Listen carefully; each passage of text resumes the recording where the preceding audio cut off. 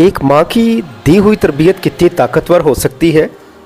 وہ ایک عام عورت تھی، مگر اس کی تربیت نے ایک نبی، ایک سردار کاہن اور ایک لیڈر کو جنم دیا، اور آپ بھی ایسا کر سکتی ہیں۔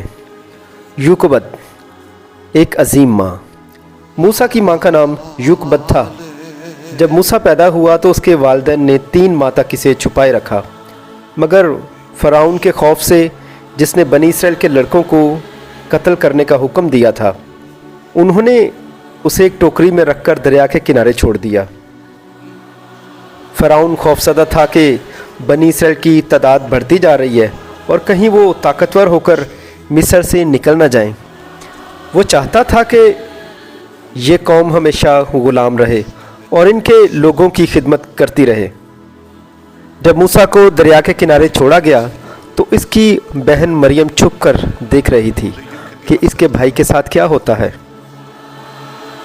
اسی دن فرعون کی بیٹی اپنی سہیلیوں کے ساتھ دریا پر غسل کرنے آئی۔ موسیٰ نے ایک نہایت خوبصورت بچہ دیکھا جو سرکنڈوں سے بنی ایک ٹوکری میں لیٹا رو رہا تھا۔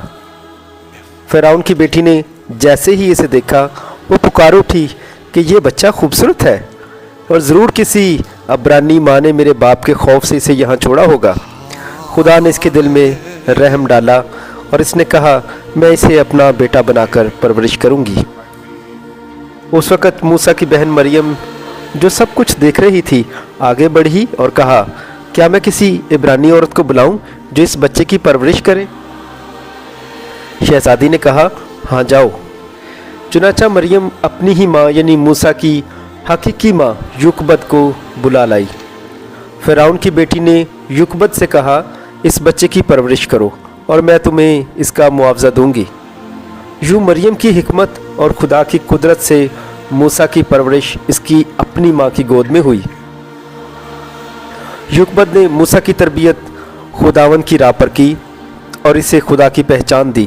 اسی وجہ سے جب موسیٰ بالغ ہوا تو اس نے فرعون کی بیٹی کا بیٹا کہلانے سے انکار کر دیا، کیونکہ اس نے گناہ کے چند روزہ لطف کو رد کرتے ہوئے خدا کی امت کے ساتھ بدسلوکی برداشت کرنا زیادہ بہتر جانا۔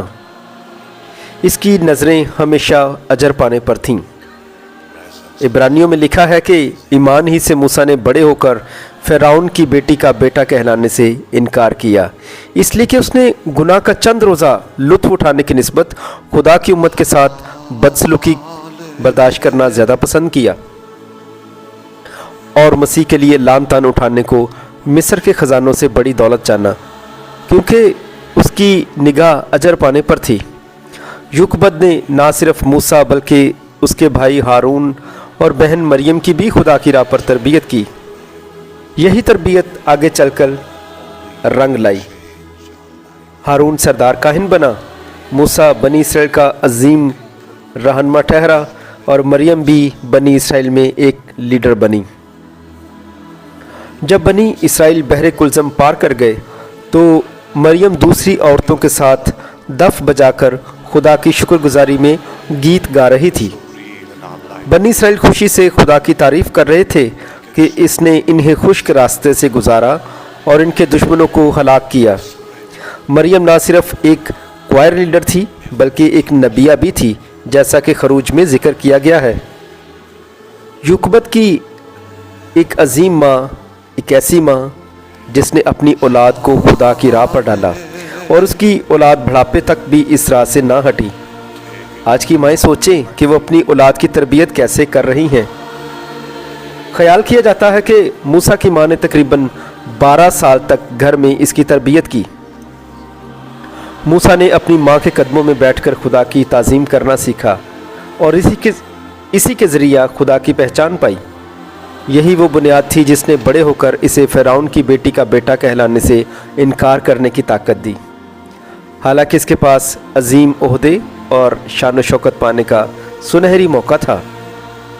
مگر موسیٰ نے خدا کی امت کے ساتھ دکھ سہنا بہتر جانا، کیونکہ اس کی نظریں ہمیشہ خدا کے اجر پر تھیں۔